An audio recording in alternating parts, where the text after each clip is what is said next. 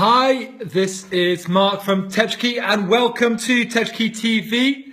I hope you are enjoying yourself and you are achieving what you want to achieve this week. For some of you, the weekend is coming.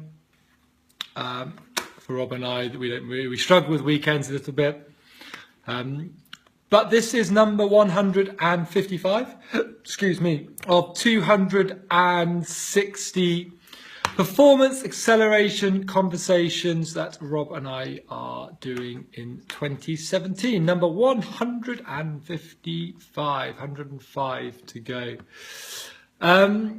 So my title for tonight is You Selfish Little Bleep. And why am I saying that? Why did I choose this title? To be honest, I'm not 100% sure why I chose the title, but the topic, what I want to talk about is the pro cycling teams.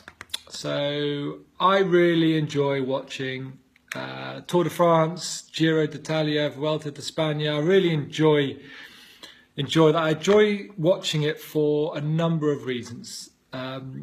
I love watching it because of the scenery. I find it just beautiful looking at the scenery and the chateaus and the villas that you get to see. So I really enjoy that. And it reminds me of being back in Europe. So there's a big thing about fulfilling that need of mine. The second thing is I have just enormous respect for a pro cycling team. So for those of you who aren't, and I'm not an expert at all, so please correct me where I get it wrong. This is purely my interpretation from what I have observed watching Tour de France, Giros and Vueltas.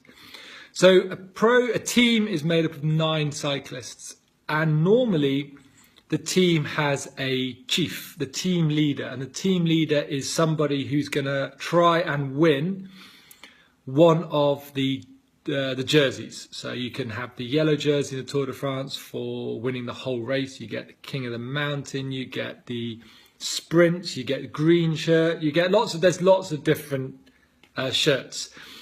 And the thing I love is the team is structured to ensure that their team leader fulfills that person's dream on behalf of the team. And each person has a role within that team.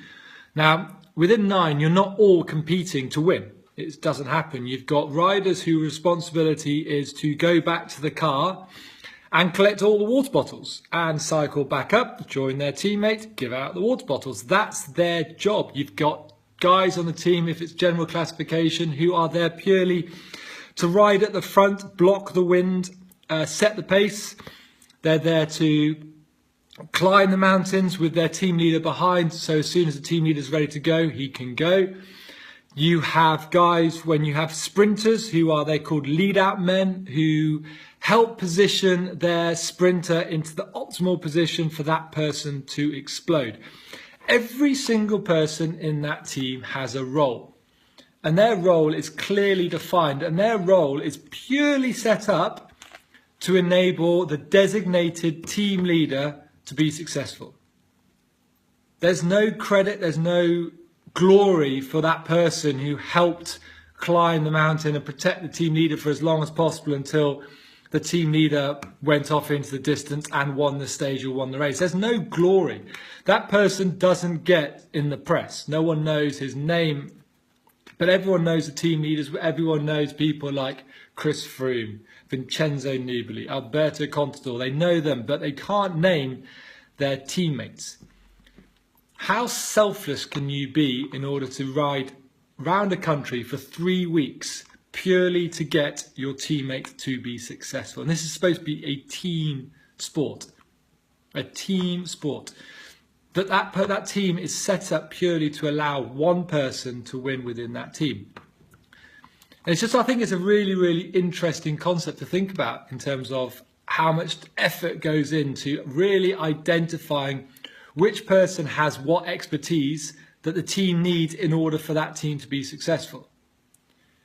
And they recruit specifically on fulfilling that expertise. That person will only be a lead-out man. That's all their job is. They can sit in the back of the peloton, do nothing. But as the race enters its final stages, they get to the front of the peloton and they are there bringing their team leader to victory. And the team leader gets the credit. He wins the stage. It's not the lead-out person who wins the stage. It's the team leader who wins the stage.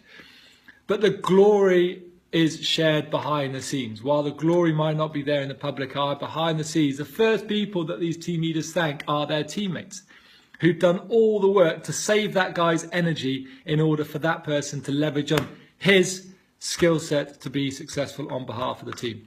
So how does your business work? How does your team work? Does your team understand each other's expertise?